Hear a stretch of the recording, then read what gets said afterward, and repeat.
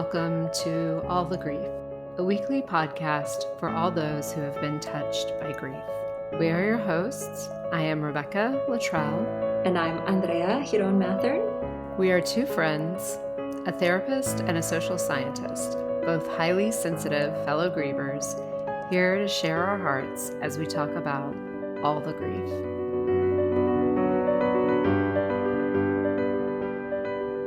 And this week, we are talking about acute grief.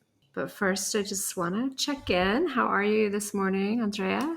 I feel like I've been running at top speed, and so sitting down with you for the next hour seems like a gift. I can't wait. I have not been able to slow down. We did a little traveling, and which was lovely. I have this group of friends that I met when I went to work in Austin, and it's like this group of people where everybody in the group is friends. So you have this pod, and I miss them terribly. And so I always have a little bit of heartache when I leave them because I'm kind of the only one that's satellited far away with nobody else around me. And I miss them a lot. I just don't have that. And so I also am like in the midst of trying to juggle 1,000 things. I have a little heartache of missing my group of people that I feel so at home with. That's so sweet. How are you? I'm doing well. I'm thinking, what was in the stars? Because old friends and good friends feels like sort of a theme for this past week for me and my best friend. And we've been friends since fourth grade. We have not lived in the same city for decades now. And she was in town, and it always feels so good to get time with her. And then I just wonder if there's an age that we'll reach that we'll just decide to live in the same city again or be near each other. So feeling my heart feel so full, and then feeling that emptiness when she left, and kind of, I feel like life is so precious, and why do we live so far away? I mean, she's my soul sister. There's something really special about her. And then just a few other friends that ended up, dropping into town, and just really feeling that sense of making a lot of space for friends, also in the midst of having a lot going on. So I'm loving this moment to drop in with you as well. Yeah. Well, great. Yeah. Well, having our hearts been filled and surrounded by our friends that we love, we'll kind of keep them with us as we talk about something that's really kind of tender and intense, actually. So as you mentioned, our topic today is acute grief. So my sort of layperson's understanding is like, this is that really intense period right after a significant loss. And I'm sure people have a lot of different things happening in this. Of course, it triggers me, to think back to those moments after my father died, in that initial period where it was kind of the first time I felt anxiety, like physical embodiment of anxiety.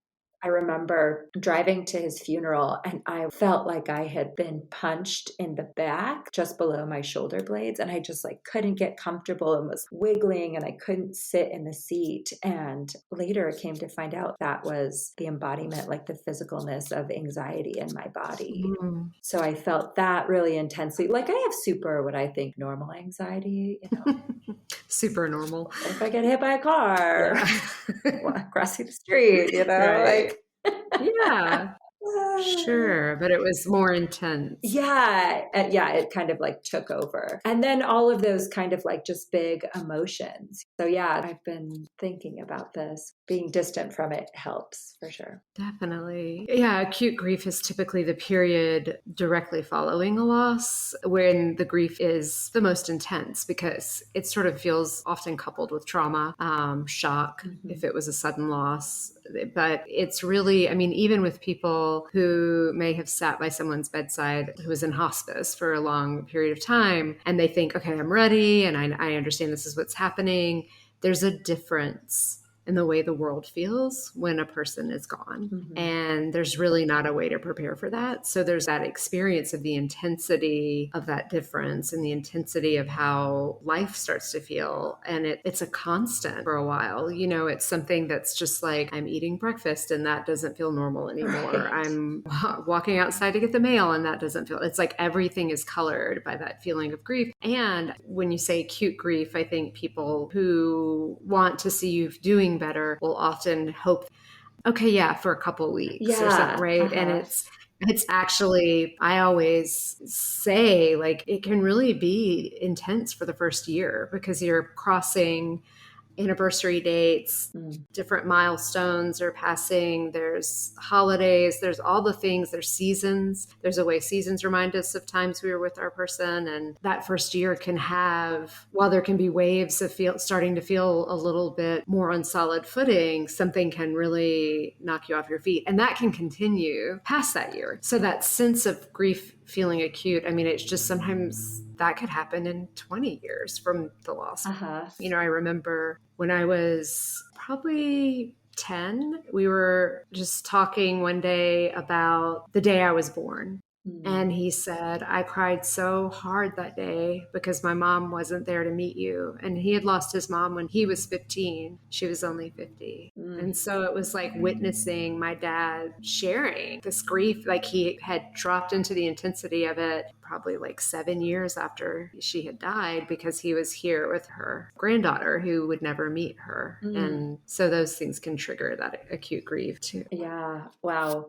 I'm so glad that you gave some nuances to it because I think just, yes, like in the labeling, which can be so problematic, as our sort of need to want to categorize things and have a plan for things, right? Like we want a plan for our grief. Like I'm overwhelmed, so when is this part over? And there's no equation. Mm-hmm. Like there's no match to the time they were alive or the time they were in your life to how long this acute, intense grief should last. So I really appreciate that and that it can pop back up. I think the other thing, and as I was looking up information about acute grief and kind of relating it to my own experience, of course, and others in my life, the unpredictability, it's like everything can seem fine. And then suddenly you're just overwhelmed. Like I'd be brushing my teeth, some, seemingly inane activity, and suddenly there I would just be in tears. Yeah. So I think that unpredictability and giving yourself the grace to like weather those moments and be open to them, it's just like the most generous thing you can do for yourself at that time, I imagine. Yeah, absolutely. And I think that what's really challenging, and this was something I've just been thinking about a lot this week too, is when you are the person in the acute grief, there's really nothing that you can do when you're in those overwhelming moments. There's nothing to do or say, or like you can try to find your way towards a distraction, but you just don't know what that distraction might also bring up. Almost as like nowhere feels safe. Because what would feel safe is, I know my own experience, it was like wanting to almost be at the place where it was a known that felt okay. And there's just no way to get there, but time has to keep passing and you have to just keep feeling the grief. And so even if I could see other people who said, yeah, I've had grief and they seemed okay now, or they said it was hard initially and now I've made peace, there was a part of me that's like, I don't want to be in this much pain, but there's like nothing I can do to get there. And it's not a time heals all wounds thing, because I don't think that that's necessarily true. Right. The whole world is upside down and doesn't make sense. And there's nothing that's going to make that make sense to me right now. And that's about as comforting as it gets sometimes. I'd love to talk a little bit more about some of the things that you remember from that time. Yeah, looking back, it's almost like vignettes a little bit. Like there isn't even a stream of, oh yeah, this happened on that day, and then the next day. Like it's just like these flashes of like really vivid memories. So, it was May after lockdown. We were locked down in Colorado in March. So we were up in the mountains, just my small family. So just my husband and I and our kids. So suddenly, and we had been up there for about 2 months, and then suddenly I'm having to, think about like packing everything up and going down. And there's all these COVID restrictions. So it's like part of my brain is really trying to be practical and logistical. And I was like physically unable to. Like I remember one day I was like going to pack the boys' bag to head back, which seemed like a very easy thing, like clean out the drawers, put it in a bag. And I just fell onto the floor and cried. And I was like, part of me was like, this is really ridiculous. and I can stand up and everything's possible and everything's fine. And then there was part of me that was like, I physically cannot get up. I had never been quite so overwhelmed by something and unable to function. So there were like these moments where we had to do these really practical things. And part of me was like, when we would be in the midst of kind of the less personal details, it was a little mind numbing and helpful and good. And then there were other moments where it was, like, why would you put me through this? I remember this moment. We were at the funeral home. It was my brother, my sister, my mom, and I picking out like the urn and the invitations and like some book, like a fucking guest book or something. And the guy's like, and I said this like the last episode, he was so wonderful. But he's talking in this like voice probably all funeral home directors have, that's like, this is such a nice, soothing, quiet. like that, like yeah, like this is such a nice guest book. And I remember everyone turning to look at me and they're like, this is really nice, right, Andrea? Like we've made the right choice. And I was just like, are you all fucking insane? Yes. None of this is fucking nice. Like I don't, and I just like lashed out a little bit because I was like, what is happening? Mm-hmm. You could pick a fucking neon orange guest book. I don't care. I don't want to be doing any of this. I don't like any of this. I'm not going to be like, oh, but at least at the end of the day, the guest book matched the fucking funeral announcement. Right. Right. Yeah. I think it's such an important thing that you're hitting on here. I don't know that I have insight necessarily, but just that what you're sharing is so accurate to the experience in terms of sometimes we want a little bit of a distraction. Right. Sometimes I do think in the early grief, having something to do and feeling useful sort of like keeps us tethered in some way to the world. But grief breaks through and says, what the fuck are we doing? And it really does. And it can be in any moment that can happen. And you're like, I don't want a task to do. I just want to be with my broken heart. So it's like this constant moment to moment sense of like, am I okay or am I not okay? And I remember that. And I think I've shared part of that too with my dad's death, where it was just suddenly having to make all these final arrangements. And it just really felt like, oh, you want me to pick a thing that's a final thing. Like you're kind of forcing me to say goodbye, or you're fun. In some ways, I think probably useful to have a sense of ceremony or closure. And then in another sense, feeling absurd and like, it doesn't matter. You're right. It could have been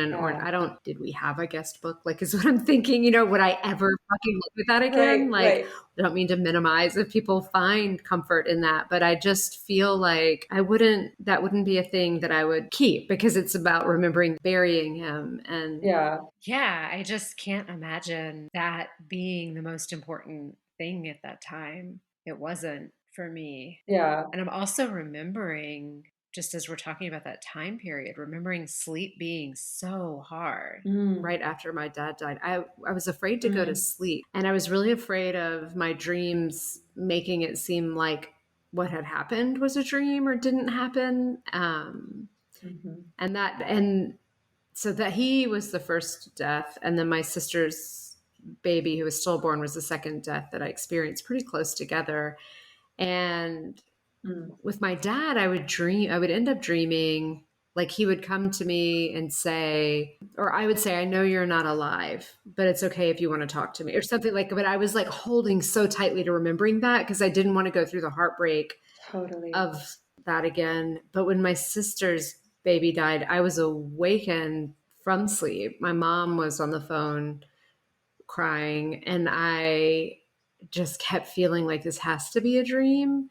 So I just kept wanting to almost go back to sleep and find out that actually hadn't happened. So it's like a completely different, experience of acute grief. Yeah, absolutely. I was thinking about, I wanted to dream about my dad, and it took me a while. And I remember I had a friend whose mom had passed about a year and a few months before my dad.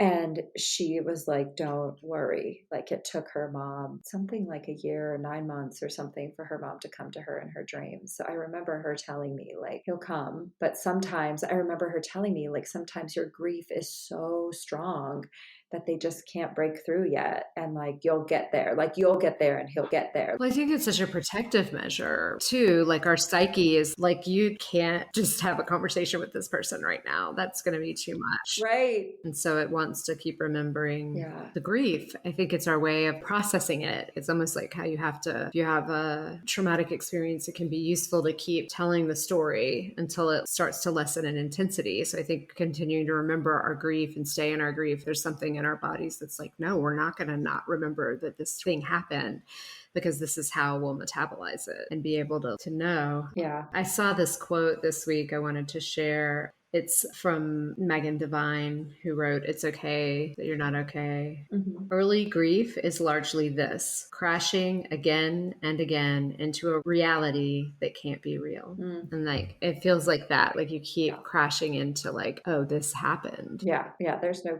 going back. Yeah. Yeah. The other thing that I've been thinking about in this was kind of like I don't know, something that lingered from our last episode was the use of medication during this period of acute grief. And I decided not to use any medication. I'm sure people thought I should be on medication, Mm-hmm. but it didn't even occur to me that that would be something. And I'm not saying I have judgment about whether people do or not. What you need to do to get through it, I think is best.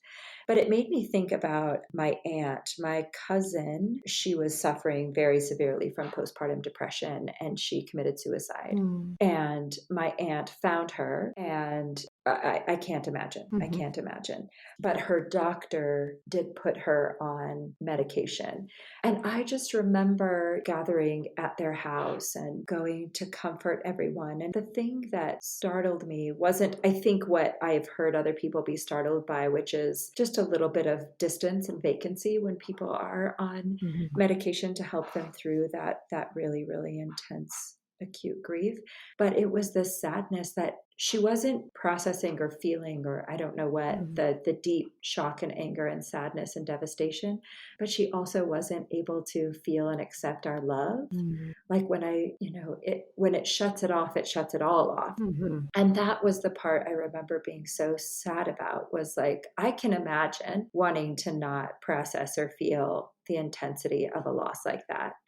But we're so family oriented, and all of us were there to carry that with her, not for her, not take it away. But I just remember feeling like, oh no, now she can't feel how much we love her and how much we loved my cousin Ricky as well. Mm-hmm. So I don't know. I've also been thinking about that. I don't know if anybody in my family got on medication. I think they put my mom on antidepressants, like a pretty low level, but I'm not positive. Okay. And then do you know, I mean, I assume at some point your aunt, did she come off of the medication? And do you know if her grief was more active then? Yeah. Well, it's like a super tragic story. So my cousin passed in the fall and she lived in Nebraska, and they came out here in the winter, and my aunt slipped on some ice and hit her head and was in the ICU with traumatic brain injury. And she didn't remember when she finally was able to be brought out of an induced coma. She didn't remember. So they had to tell her all over again. Oh. I know. I was like, that is a fucking definition of a cruel, cruel twist of fate. And as it happens sometimes, I don't know how often, but people can have major shifts in their personalities as a result of brain injuries. And she had that. So I don't know, because this super tragic thing happened and she was in the ICU. Then they had to tell her again. And then she just was a different person. So I don't know. It's like, I imagine some of the behaviors that came out were part of the traumatic brain injury. And I think some were a result of, I don't know, how grief impacted her. Mm-hmm. Yeah, well, I ask because I definitely don't have a judgment of whatever you need to do to get through a really intense time. I don't know how we show up to work. I don't know how, all the things that sort of our culture demands. In other cultures, they hold grief better. Mm-hmm. So when you're in this grief-bereft society, which we talked about, sometimes you need something to help you continue to function in the world. And I understand that. And you're right, especially in acute grief, the drugs they choose are pretty flatlining drugs, and And there is that sense of a person who's emotionally flat. There's no low, low, and there's no high, high. Like Mhm. you can feel they can't quite connect. When my sister's baby was stillborn, they gave her, I mean, it was like this mix of sort of, well, you just had a child, so we want to give you some Right. drugs to help pain and whatever. And then, oh, there's this emotional pain. And I know they put her on a lot of lorazepam. And it felt like this sense of a dam waiting to burst open, Mm. because I was like, there's not a way around this pain. Right. And she started not liking feeling Mm. numbed out, and it felt like too much. And so she was letting herself have that feeling. But yeah, it's such an intense feeling to lose a child. I mean, even, she didn't have a whole life with him, but you forecast a life. There's a Yeah. relationship she had when she was pregnant with him, and that you're the parent and you're the one that's supposed to keep them safe. I mean, all those things are online. So losing a child is such an intense experience. And yeah, in that acute grief, I guess there's two things for me. And one is maybe you need to function to some extent in a way that you just can't in your grief. But I do think that the more healing of the two is actually feeling the intensity of your grief. It's not healing to suppress it, Mhm. and so I don't have judgment about the desire to suppress. Mhm. I don't have judgment about the need to function. And I do see people, I mean, consistently, I haven't not seen this be the case. Now, when they've taken medication, and sometimes for many years, that then they come off of it and the grief is still right there. And so then it's like, we're just doing that work now. Maybe it's helpful because there's more distance, but the acute grief is up. You finally are getting to really feel how sad it is. And some people were put on medication involuntarily. And so that is interesting too, like young children. But it just, Yeah. your body wants to feel the grief to release it through feeling it. Yeah. Grief is the way that we honor what we love. Right. Grief honors what it loves. Grief honors that it lost what it loves. And so I think you're just maybe saving it for later, but true healing doesn't start to happen until you can really feel the intensity of the loss, Yeah. I think. And that's been my experience, not just my own, but also working with grief. And healing's not fixing it or making it better, right? Healing is Right. Right. No, totally. accepting that this loss has happened and understanding that grief is your new Right. relationship Right. to the person Absolutely. that you lost. Yeah. Yeah, yeah, because it's not like, if you just take the happy pill for long enough, the grief will dissipate on its own. Like Mhm. it's not a time capsule, it's not a time release. And like, if you just wait long enough, like the grief will go away and then don't have to take the pills anymore. No. So yeah, I think your description of the dam, which I agree, I can imagine for some people there might be moments where in that intense beginning, or maybe you do have to go back to work, or points where you feel like, because of our society, you have to put that mask on, where damming it for a little while is necessary to be able to fulfill the other parts of your life that you still need to fulfill. But I agree, it's just waiting for you. Yeah.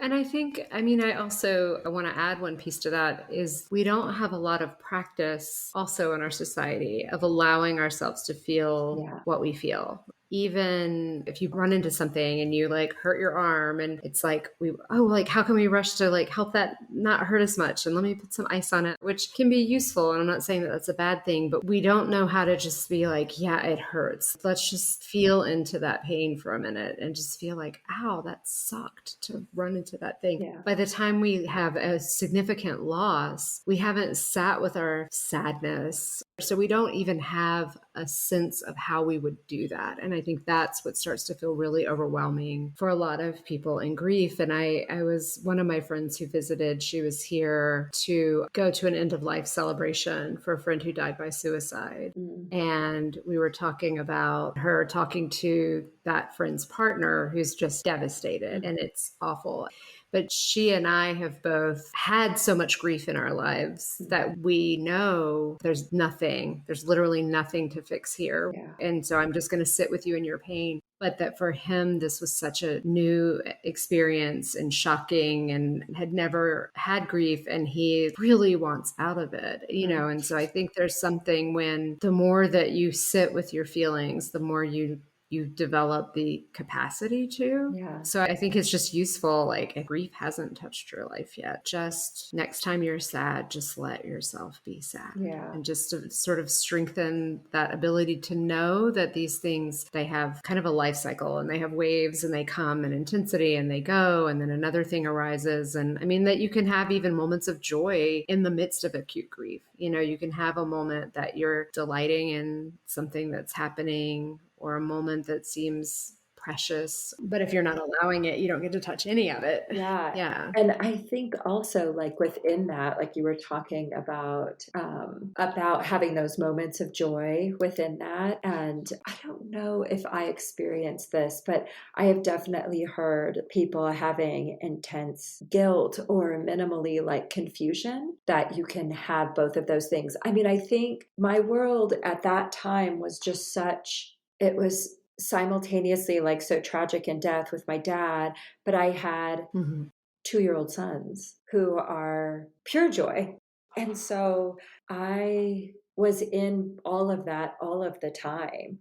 And it was like, I'd be having this like amazing, beautiful, fun time. And it would be so tender because it was like, oh, my dad's never going to get to play with them. He's never going to hear them, all these little moments that he loved as being a grandpa, he was never going to get to have. And it was just like, Yeah. it was all the things all at once. It was that Brazilian word, which I'm going to totally butcher, but saudade, or that's like this idea that you can have sadness and happiness at the same time. Like it's this idea that you can have multiple seemingly like conflicting or opposing emotions at the same time. And we actually don't even have a word for it in English, because we're like, you are happy or you are sad. Yeah. Pick, right? Choose which one you're feeling. It's like this one time, my one of my littles was like the first time he like prank scared me, and it worked, and I totally got scared and screamed, but everybody was laughing because it was a prank. And so he's laughing, but he's crying. I mean, like, but real crying at the same time, because he's like so amazed that he like pulled this joke off, but so sad that he made me cry. And it was just like Oh, his so heart. amazing to see in him, like he's like laughing and crying.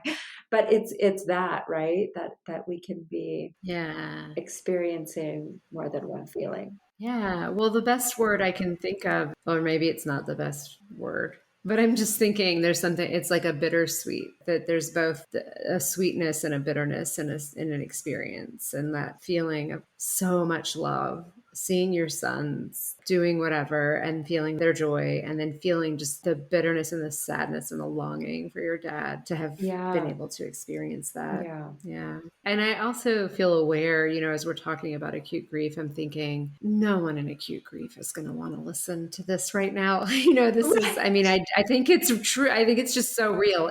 I didn't want to read a book. I didn't want to hear a Mm. podcast. That just wasn't the space. And so I think it's important to also talk about what supported us in our acute grief. And I think that we'll probably have more people listening who are just sort of wondering how to help their person who's in acute grief. Yeah. And so what do you remember? What stands out to you? That's a great point. So, for me, what was helpful was, I think it was in the moments after my dad passed. My cousin called me, whose dad had passed about 8 months before mine. And I'm like that kid. I don't know which generation I am. I'm 1980, so I'm like on the cusp of millennial and whatever we are that comes right after that. Mm-hmm. And I don't talk on the phone, right? Like I'm like, just send me a text message. But he called, and I just remember him saying, "This sucks. This just fucking sucks." And it was just like there was never a things will get better, never a it's going to be okay. It was just this sucks. Mm-hmm. And it gave me permission to not have to be like, this is awful and get your shit together. Yes. So that it was so simple. Mm-hmm. And it was so helpful. And then my very, very good friend, who's I talked about earlier, whose mom had passed about a year and some months before my dad, basically the same. And I think she did call too. And then after, what she did that we continue to do to this day is when I'm really struggling, I can just text her a picture of a broken heart, an emoji, and she just sends one back. And it's, like, I don't need to talk. I don't need to process. I just need somebody to know how much pain I'm in right now. And and she just would send me back an emoji that was like, yeah, I know. And I held to that, because there would be moments, I'm on my way to see his body and I'm just like, think I'm going to pass out. And I just send her I don't want to talk to anybody. I barely want my husband in the car with me. And so that was just such a touch point, like where it was like somebody who understood the loss in a way that I was experiencing, because she had the same kind of very close relationship with her mom that I did with my dad. And I didn't need problem solving. I didn't need to talk about it. I just needed a touch point of understanding. And that was really beautiful. Did you explicitly say, I'm going to send you a broken heart emoji and I need you to not say anything? Or did it just organically happen? I don't think so. I think it just organically happened. I mean, we've known each other for almost 25 years, but I think it just organically happened. That's so sweet. But I think somebody could do that. Then I started doing it. I had a friend whose mom passed a year after my dad, and I sent her a broken heart or a heart. And I just said, just know, I'm going to send this to you randomly when I'm thinking about you. If you ever need to send one back, I kind of explained it. Like, I was like, you never need to respond to me. You can just send me an emoji and it will reach me and I will send love back to you. And that's all. And so now we do that. And it's like, even after the first year, we will do it on Mother's Day is a really hard day for all of us. Father's Day is a really hard day. Birthdays are really hard. The holidays are really hard for all of us. And so I'll just have these series of like one emoji text chains. But yeah, it's something that I think happened organically, but that I've used with friends who've had a parent pass since then. Yeah, that's really sweet. What about you? Yeah, I mean, it's interesting because I felt a lot of people pull away. So I'll say that was 100% not helpful. And I actually just posted something today. I do on my Instagram these little grief wisdom statement or something. And so it was show up. And it was just, there's nothing to fix. There's nothing to, you can't make it better, but you can be there and just show up. So, I mean, the leaning away was really hard. So I think it's important to just be there. And I think that it also, I mean, this is that place where practicing being with your own pain, practicing being with other people's pain without needing to fix it, without jumping to the remedy. And so just sitting with and saying, like you said, that phone call, this sucks. It's horrible. And not with some silver lining or some way to wrap up the package. Yeah. There's not a silver lining. So just be congruent with this sucks. Yeah. Because that's what's happening right now. But I did have one person, interestingly, and it was along the lines of being helpful, but it actually was really helpful. I think she gave me a bottle of B vitamin. I don't know if it was B6, B12 or something, but she said, it's going to be really important to support your health while you're grieving. And she just gave me this. I mean, it could have been like a bottle of children's gummy vitamins. Sure. I wouldn't have cared, but it was like the sentiment of, I want to support your health. I'm not trying to tell you not to grieve. I'm not telling you this is not going to be hard, but I know that health can tank in grief. And so I want to give you something that supports your health. It stood out to me and I was like, what a sweet thing. And also because I'll have to take these vitamins every day, I'll sort of just remember her care for me as I'm like taking these vitamins. That was really lovely. It was mostly those pieces of just not trying to make the grief go away that were really sweet. And what was 100% unhelpful was anything that was trying to cheer me up or say like, you'll be okay. Or something that you see on a fucking greeting card. That I was like, you're lucky I didn't go on some like punching people in the face spree. Right. But that also happened to me. I have a good friend who she's an herbalist and a healer, just amazing. She has this wonderful apothecary here in town, and she dropped off 2 packages for my mom and I, and it was tea. Mm-hmm. It was an essential oil blend, with rose oil in it, which is like very healing for your heart. And it probably a stone in there. Mm-hmm. Yeah. And I just remember thinking like she wasn't saying this will take everything away. It was just here are things for yourself. I don't know. It was very sweet. Yeah. Something to sleep, like a sleeping tonic to help me sleep at night, because I think she knew I would have trouble sleeping. It was so sweet. I remember that. Mm-hmm. Yeah. Yeah, those were the things. Yeah.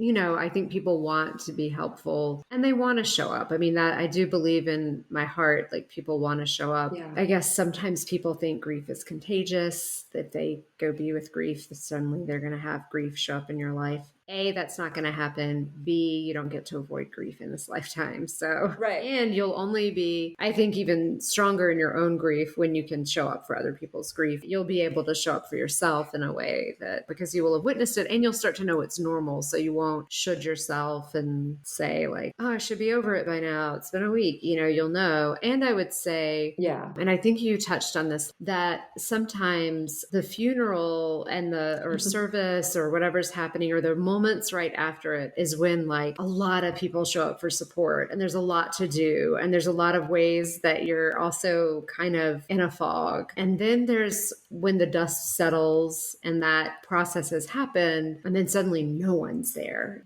To me, it's like show up consistently, show up after the funeral or the service, show up consistently by a text emoji or an I'm thinking about you or just sending some tea. Mm-hmm. My friend's mom sent me a packet of lettuce seeds and was like something about planting things for things to grow, or I don't know, it was like she said something really sweet in it. Yeah. And she had experienced a lot of loss and it was like, oh, she knows these lettuce seeds are precious. But I think it's also recognizing that there's a significant period of time that you're still really in heavy grief, and so to show up in that space after sort of the ceremony, it's like showing up or texting and saying, how's your grief? And I think you touched on this before too. Like, you're not going to remind me that I lost my dad. Sure. I'm aware of that. And it's actually going to be more weird if we're in conversation and you're not asking me, because now I know that you can't handle it. Yeah. I was on the other side when my really good friend's mom passed. I had no idea. I had no idea what to do, what she could possibly need, what could be helpful. I was terrified of saying something that would make her feel worse, which is possible, like when people kept telling me like my grandma was so happy to see my dad in heaven, I was like, what is wrong with you? No, my grandma would have been like, you're here way too early, turn around and go the fuck back to your family. Like, what? Like, no, like nobody's like, oh, I'm so happy you're dead. You're with me now. Like my grandma was not that selfish. So there can be things that you can say that I don't know that it made it worse. It was almost predictable. I have a very religious, very Catholic family. So I absolutely predicted a lot of talk about heaven, a better place, being with better people. I predicted a lot of now he's with you all the time. So when they said that, it just kind of rolled off me. It was just more annoying. And I was like, if that makes you feel better, great, but doesn't give me any sense of calm.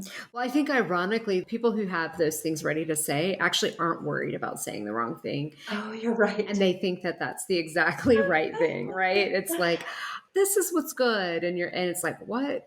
The people who typically are worried about saying the wrong thing tend to be people who really want you to know that they're just sorry that this happened and that they feel sad too. So I think if you're afraid to say the wrong thing, you can't get it wrong. Yeah, you're right.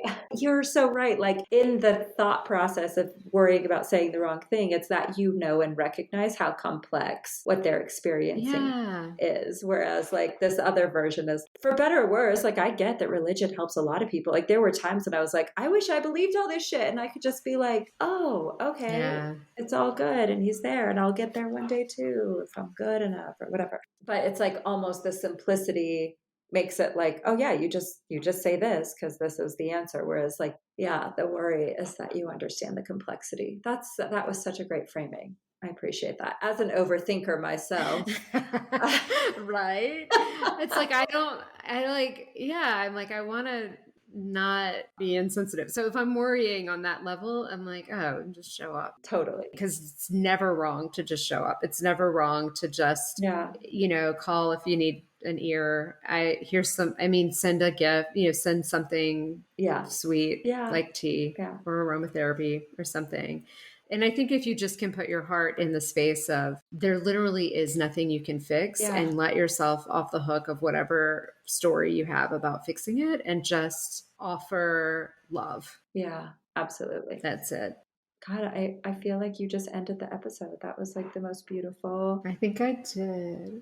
Yeah. So, as we're ending the episode, I know we like to just check in and how has grief been present for you this week? Yeah, I think this is one of the weeks where it's like sometimes you get caught up in the speed of doing things. But I think really for me, it was being around this group of friends and just feeling so easy and so at home. And so, like, that moment where, like, you can turn to them or you can turn to their partner or you can turn to their kids. Like, it's like a super healthy family. And I think that was so healing for me. And just thinking about all the different things that have happened for all of us and are still happening. Of course, many of us are experiencing aging parents right now. And, one of us has a kiddo who's going to be a senior in high school. So they're preparing for the idea of their first kiddo leaving the house. So it's just like, I think for me, it was like the importance of community. And that's been hard. Like, I have good friends, like I have you, I have a best friend, I have good friends, but like the power of community, like being in this space with these people that you can just, all of you create, that was just, it was really powerful. I mean, I even was like, Bryce, can we move back to Austin? And he was like, it's 1,000 degrees. No, we may not. It's going to be 1,000 degrees here soon. I know. Yeah. How about you? I feel like as you were sharing that, I certainly share that sentiment with a lot of things this week, but specifically, where I just started reading the book Finding Meaning by David Kessler, who worked directly with Elizabeth Kubler-Ross, and they co-wrote a book together. And he really knew the heart of Elizabeth's work and the stages of grief, that she even was like, I hate that people are taking them linearly, and that's not how I meant it. But anyway, he wrote this book, Finding Meaning, the 6th stage of grief. And so I just started it, but what I really appreciate about it is there was a point where he's talking about someone who, in the experience of just being in her loss, and he kind of knows the trajectory of how you're going to start to be more grounded, or you'll start to, that there's like different things happen over time, that he was like, I also understood that pushing her to accept it would have been a violation, pushing someone towards acceptance, and so, but he talks about all the different ways we can find meaning, and that for some people finding meaning, like you talked about, was like the religious piece of just like believing that they're an angel in heaven now, and this is what's happening, and God has them, and all of that. And then for some people, it might be creating meaning in their life and starting a foundation, or for some people, it may just be a simple act, like every time I have this cup of coffee, like I think of the mornings we sat and had coffee together, and I honor you, but like kind of giving meaning to a life. And I loved this part, and I like bookmarked it because it was something he as he started to write this book, his son died of an overdose. And he's like, and everyone's like, oh, but you've been working with grief your whole life. That must have been so easy. And he's like, no, there's not a get out of grief easy card. Right. And it was heart-wrenching. Right. And he knew everything that he knew, but someone said to him, I know you're drowning. You'll keep sinking for a while, but there will come a point when you'll hit bottom. Then you'll have a decision to make. Do you stay there or push off and start to rise again? He said, what she said felt true. I knew in that moment I was still in the deep end of the ocean, and I also knew I was going to have to stay there for a while. I wasn't ready to surface. Oh, I just think that's so honoring. It's like, just saying like, I'm not ready to surface. Yeah. And that you can stay at the bottom and you don't have to stay there forever, but there's also nothing wrong with him being like, this is where I need to be right now. Oh, that was beautiful. Love it. Thank you. Well, always lovely to see you, friend. Always. And our next episode is... Oh, I'm excited for this one. This one is 4,000 weeks. And what are you doing with your week? Very jazzed about this one. So we'll be diving into the topic of the book, 4,000 Weeks, which talks about time management for mortals. So we're really diving into mortality and our own mortality and how that links with grief. Awesome. Well, I will see you next week, listeners. We will catch up with you on the next episode. Love you. Love you. Thank you for listening to this episode of All the Grief. You can find us on Instagram at All the Grief Pod. And please take a moment to rate our podcast and share us with your friends. We'd love to keep expanding our reach to all the people who could benefit from conversations on grief. Take care.